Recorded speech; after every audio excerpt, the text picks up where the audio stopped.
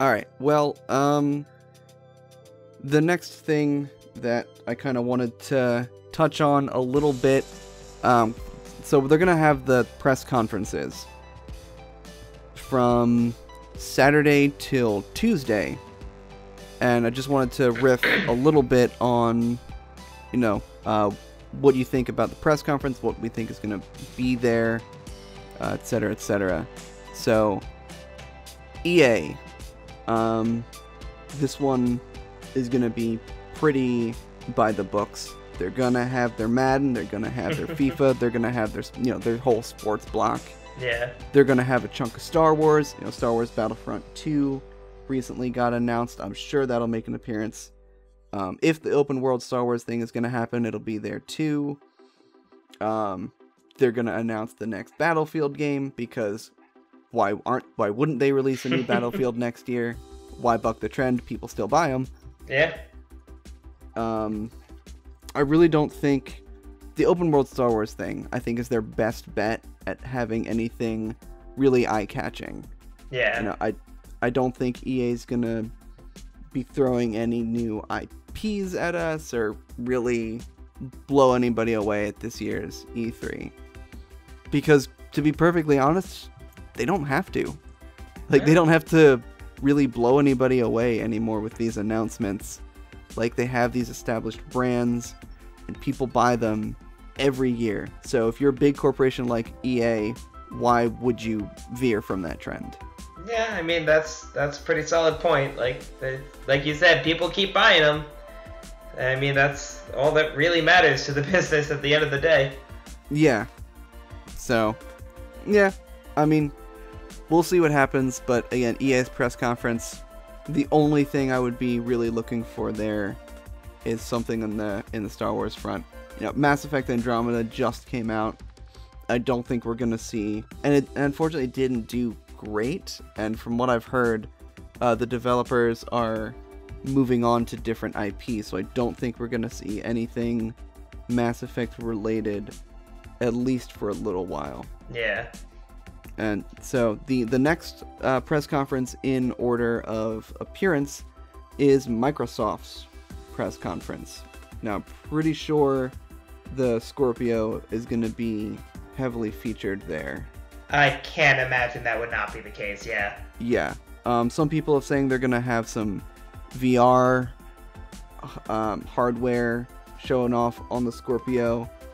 I thought that I had read, unfortunately before this I wasn't able to track down the source, but I thought I had read somewhere that Microsoft said they weren't gonna have any console VR stuff, and that they wanted to focus on the PC VR experience before bringing it to console. But okay. but VR is such a hot topic these days. I don't know. I don't get why it would make a difference to them. The Xbox pretty much just is a glorified PC anyway. What do they care? Wouldn't they want it to be available on both? Yeah, does it present a significant developmental challenge to do it on the Xbox? I don't get it. Yeah, I don't know. I'm not a hardware developer, so I can't really weigh in on that side of things. Yeah. But I can't imagine that having a competitive VR headset on the Xbox would be a bad thing. Yeah. Because PSVR has been doing all right, and if you want to make a console VR experience right now, PS4 is your only option. So they're bleeding developers at this point. I don't really know what else to expect from Microsoft. So I know what I'm not at all expecting, but what I would really, really love to see at Microsoft's conference. Let's hear it. Banjo 3! Let's make it happen. It's not going to happen. Yeah. It's not. It would be amazing, at least if it looked like it was going to be any good and didn't look like nuts and bolts. But it would be amazing, but it's not going to happen. Yeah, no, definitely don't think that's going to happen. Agreed. It would be awesome to see an exciting Banjo 3 trailer. Yeah. But so far, Microsoft has pretty much just been sitting on that rare acquisition ever since Nuts and Bolts came out. They came out with like the Rare replay thing, which is like the only thing they've done with Rare. It boggles my mind. Like they had such good developers that were making such great games. Yeah. And then they did fucking nothing with them. Yeah, like they all left. So well, yeah, that's true. And they all went to Form Platonic, and that is a whole other thing. That's a whole other story. Yeah. But yeah, Scalebound got canceled, so obviously we're not going to be seeing that at the Microsoft press conference. Maybe something Dead Rising related, but Dead Rising 5 just came out last holiday season. It didn't do great. It wasn't very well received, so again, I don't know, that seems unlikely. But yeah, other than Scorpio VR and Halo, I'm struggling to think of like, I think Microsoft's gonna have to like, you know, pull something out to wow people, because they don't really have anything super high profile on the horizon as of yet, which I guess is what E3 is all about. Yeah, getting people hyped for new stuff. So I wouldn't be at all surprised to see Microsoft announcing some new IPs, or like, I don't know, Gears of War is another franchise they haven't touched in a while. That's true. But I'm definitely hoping to see more support from the whole Play Anywhere thing that they're doing, where like if you buy a game for Xbox One, you can play it on Xbox One or Windows 10. You don't have to buy it again. And you can play with people, you know, cross-platform. I would be excited to see like a lineup of games that support that, because right now it's really, really small and kind of disappointing. Yeah, I mean, that's the kind of thing that's kind of pointless if there's no software for it. Like, it's a nice gesture, but I want to use it, and I can't. Yeah. All right, well, the next press conference is the Bethesda press conference. Again, you know, Elder Scrolls Starfield, wouldn't be surprised. At this point, I would be surprised if I didn't see something about it, but, you know, don't really need to rehash that whole conversation again. Yeah. But in terms of their other IPs, I think it's kind of early to see a new Fallout. The Fallout 4 just came out, and there was a pretty big gap between Fallout 3 and Fallout 4. And, you know, maybe they're trying to close the gap a little bit more. I wouldn't be surprised to get some Fallout 4 DLC, now that I think about it. Yeah, I guess I could see that. Fallout 3 had a lot of, like, extra DLC campaigns, so I could see something akin to Broken Steel, where, you know, they raise the level cap. There's a whole new extra campaign chunk there. Yeah. Wolfenstein has been teased since October of last year, and I wouldn't be surprised to see something new announced with that IP. Yeah, that could be interesting. And the other major IP of theirs. Major IP of theirs? So, in March, there was a leaked job listing for a sequel to The Evil Within, which I was personally a little disappointed with, but it sold pretty well. So again, that's really all that matters to, you know, Bethesda in terms of deciding what to sequelize. Yeah. And it's been a while since that one came out. Let me double check. Like 3 years? Yeah, October 2014 is when The Evil Within came out. So it's been a while.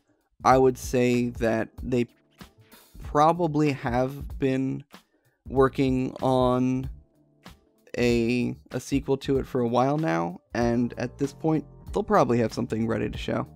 Yeah, I would agree with that. Yeah, I don't really know what else to expect from Bethesda. The next press conference on the list is actually Devolver Digital, which I just wanted to throw that out there because I just have to say how super pleased I am that Devolver has their own press conference at this year's E3. That is the biggest thing that has happened for indies in a long time. Because at E3, the indies pretty much got, like, shoved under the rug. Your best shot was getting, like, a 5-minute montage video in Sony's press conference when they're talking about how much they love indies. And they put, like, 30-second clips of a bunch of games on the PlayStation Network up there. And then they just move right on. Yeah. So the fact that Devolver has their own, like, hour-long press conference is pretty awesome. Yeah. And I really don't have any predictions because Devolver's whole thing is, like, finding these indie developers with these cool new ideas that no one's heard of. So their whole thing is being unpredictable. So I'm not going to even try and predict things that are going to be there. I predict cool stuff. But all I am going to say is that I'm really excited to see what they show because Devolver usually is really good about picking out indie talent. When is that press conference? On Monday?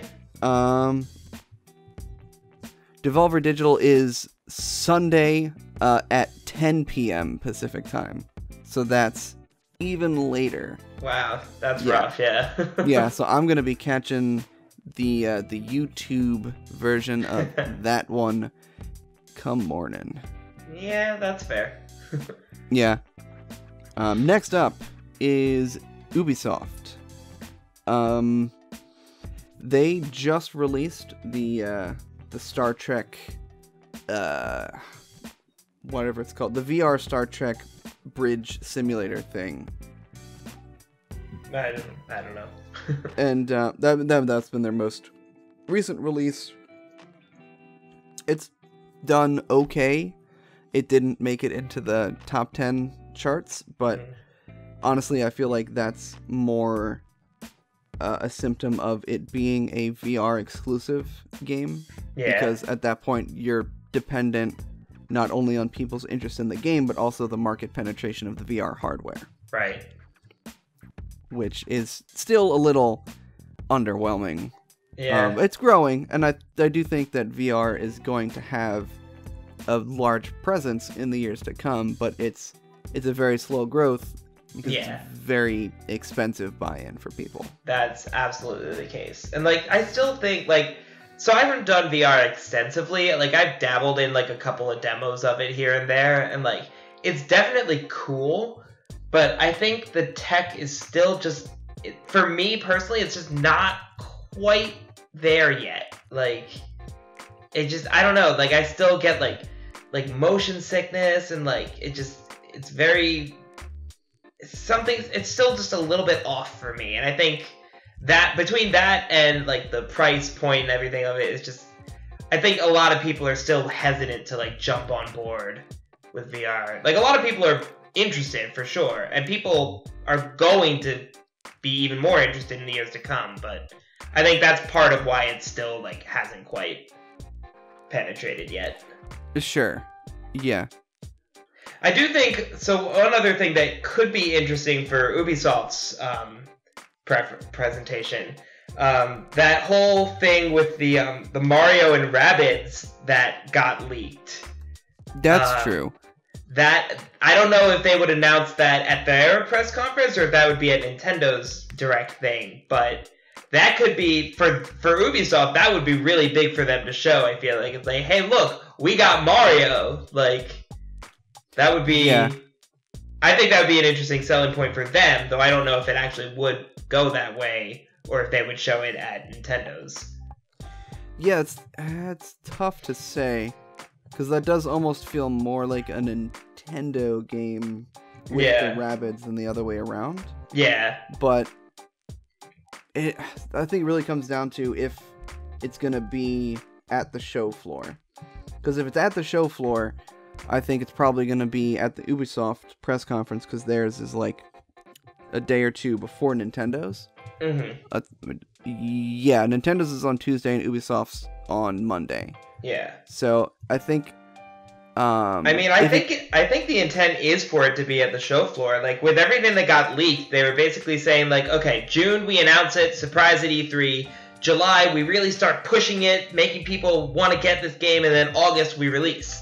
Yeah. And so if that turns out to be true, I would be shocked if it wasn't at the show floor. Like, if it's ready to go in August, like, it's going to be playable. It's got to be far along by now. Yeah. It's got to be almost done. Like. Yeah. They have to go gold in like a month. Yeah. So given that, I would be surprised if they left it as an announcement to the Nintendo Direct. Yeah. I think they would probably do it during the Ubisoft. Yeah. I don't know. I could see it going either way, because technically, well, no, that's not true. I was going to say it's technically the first Mario game for the Switch, but Mario Kart was the thing. It's the first new Mario game for the Switch. That's true. That's not just a port. Yeah. But I don't know. It depends on what surprises Nintendo has in store, if they feel like they need that. But we'll get there. Yeah. The other thing, last year they announced Steep, the like downhill winter sports open adventure-ish game. Kind of hard to labels anymore. Man, games just don't adhere to genres anymore. How dare they? Those rat bastards. Yeah. But, so Steep was announced last year, came out last December, and recently, several months ago, they announced a Switch version that would be releasing in 2017. Wouldn't be surprised to see that there. I don't know that it's going to make the presentation, but at the very least, it'll probably be on the show floor. Yeah. For Ubisoft. As far as franchises that Ubisoft does, Assassin's Creed, again, it's been a while. If people keep buying them, they'll keep making them. Yeah. I'm sure you can expect to see Assassin's Creed at their presentation. Tom Clancy's The Division. That game, I think I should hope it's still in live ops, because it was like a pseudo MMO kind of thing. So I wouldn't be surprised to see them announce some like big content update or an expansion or something for that. Ghost Recon Wildlands. Let's see. Man, I gotta keep better track of this stuff. Did that one come out yet? Or is that still... No, yeah, that came out in March. So, again, wouldn't be surprised to see some DLC announced for Ghost Recon Wildlands. Yeah. What are your thoughts on Rayman? Either getting a Switch version of Rayman Legends? Oh, that's true. They already announced a Switch port of Rayman Legends. Yeah. They announced that, so I imagine they'll show that in some capacity. I don't think there'll be anything particularly... Yeah, that's another Wii U game that's getting a Switch port. Damn. Yeah. Yeah, man. Yeah, I don't know if that's going to have anything like particularly impressive. I don't even know if it's going to have any new content or if it's just a straight port. I don't know. But they'll probably talk about it. They'll probably at least mention it. Sure. But yeah, we'll see, I guess. Yeah, that's about all I got on the Ubisoft front. Oh yeah, I started a train of thought with the whole Star Trek thing. That kind of feels like a one and done thing to me. I doubt they're gonna go back and really expand on it. It seemed like more of a proof of concept. They developed it. It was cool to fiddle around with, to play with it. Once they decided, why not just polish this up and release it as something. I don't think it's something they're really gonna like build a brand off of or like, make a sequel on. It just feels like a one and done thing for them. Yeah, I would agree with that. Yeah. And next up is one of the big boys, Sony. Like we were saying before, it's not unreasonable to expect them to at least acknowledge Beyond Good and Evil 2 if it is in fact not dead, to give people a little kernel of hope that it might happen sometime in the future. If there's gonna be a Kingdom Hearts 3 announcement of some sort during a press conference, it would probably be during Sony's press conference. Yeah, because Square Enix doesn't have its own conference, right? No, they don't. Yeah, then if any conference were going to show it, it would absolutely be Sony's. Even though it's not a Sony exclusive. Or at least it wasn't when they announced it. And I hope to God there is. Like, I'm sorry. A while. They announced that game in 2013. It is now 2017, 4 years later, and I can count the number of trailers we've had on one hand. Yeah, it's been a pretty serious drought of not even just information, but like, get me hyped about it.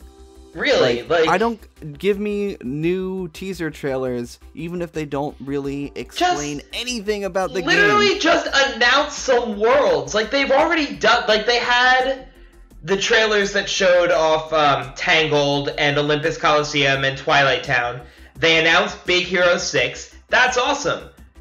Just do that. Literally just be like, here, this world's gonna be in this game. If they just said the word Star Wars in connection to that would be enough. That would do it. That would get everybody hyped. They need to say 4 words in succession. Kingdom Hearts, Star Wars. Done. And then the internet will lose their mind. Like, just do it. Just literally just say that much. You don't need to show us anything. You don't need to show anything. No. Yeah. Going back to the expectations versus hopes thing, obviously, very much hope to see something on Kingdom Hearts 3.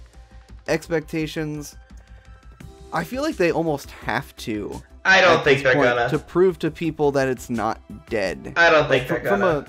I don't necessarily expect it to be there, but from like a business standpoint, if I were on the board at Square Enix, I would be pushing very hard to have something on Kingdom Hearts 3 at E3. I agree. To get people excited for it. Yeah, like, I agree that they absolutely should.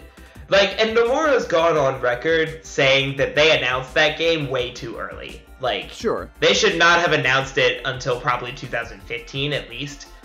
But, like, just still, they did. Even 2015 was 2 years ago at this point. Yeah. That's plenty of time to get together, like, a nice gameplay teaser trailer or something. Yeah, like, they could give us something. Yeah. But it all comes down to when we think that game's gonna actually come out. Do we think it's gonna be... I'm sitting on 2 years as a comfortable estimate. Yeah, I mean, I think late 2018 at the earliest. Probably more likely something in 2019. Yeah.